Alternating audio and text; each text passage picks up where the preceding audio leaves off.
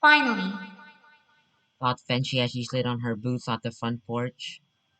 today's the day. I can't wait.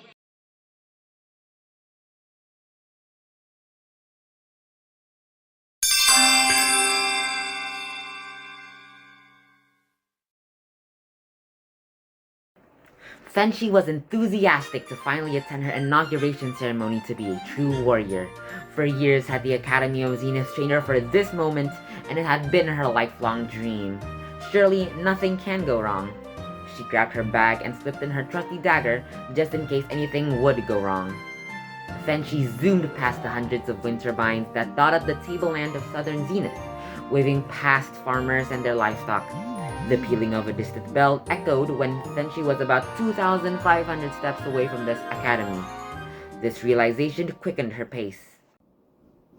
Vigist leaned on the east wall of the north wing of the Academy of Zenith. She consistently faced the clock tower as it tolled 8 a.m.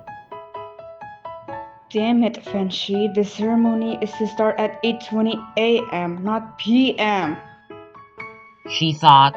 Not long after that, a galloping like noise grew louder. It was approaching Vigist. Morning. Said Fenchi as she gasped for air. What took you so long? Vigist complained in reply. Come on, get inside and freshen up your uniform. Wait, did you bring your pen that can turn into a staff? Just like I asked? Yes, Fenshi. Sighed Vigist, showing her pen. All of the candidates for inauguration trotted into the main hall of the academy wearing their togas. Fenchi's sleek, inky hair and Vigist's poofy dual-colored afro were now neat and tidy. After a speech by the headmaster where he emphasized the academy's legacy, which stretched from the era before the separation between the four tribes, it was time for the headmaster himself to inaugurate each of the candidates one by one. Then, it was Fenchi's turn for inauguration, and the headmaster held her medal. I, Headmaster Bioner of the Academy of Zenith, now inaugurate you, Fenchi Hinamura, as an official war... A booming noise blared across the hall. On its west wall, there was a hole that wasn't there before. Dust appeared everywhere.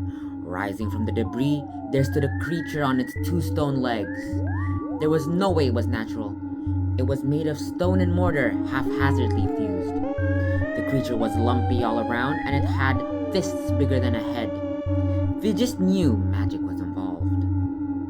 Suddenly, the two gaping holes on its torso, resembling eye sockets, began to spark a bright yellow blaze. It took a step and shook the room. It seemed to be searching for something. Immediately, the attendants, candidates, and headmaster evacuated themselves. As Vigist was about to run out the door, Fenchi gripped her arm and halted her from taking another step. Come on, She uttered. take out your pen. Let's get this over with. Vigist hesitatingly nodded in reply. She grabbed her pen, and then it grew into a long wooden staff with a turquoise orb on top. Fenchi also took out her own dagger, and together they formulated a plan to defeat the monster. Fenchi had taken notice that the monster was chasing a small ball of light that zoomed across the room. The light source wasn't large enough to identify, but she knew to take advantage of this predicament. The creature frantically waved its arms across the room, displacing seats and decor. Vigist enchanted a spell as her staff glowed. The hall turned pitch black. The creature views his now dark surroundings, completely bewildered. Out of nowhere, Fenchi lunged at the creature's eyes with her trusty dagger in her grip. Now blind, the creature punched the air to try to remove Fenchi to no avail. She consecutively took out both of its eyes, and from that, the creature refused to move. A few moments later, it was mere rubble.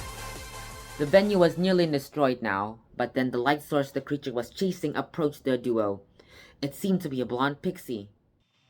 Help me! My people are in danger! She said as she aimlessly descended, then fainted. The pixie's body now lay at the feet of the warrior aspirant Fenchi and the sorcerer's apprentice Vigist.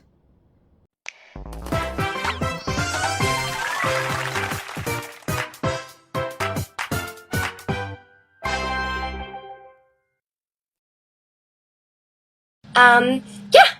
Okay, love you guys. Don't forget to smile.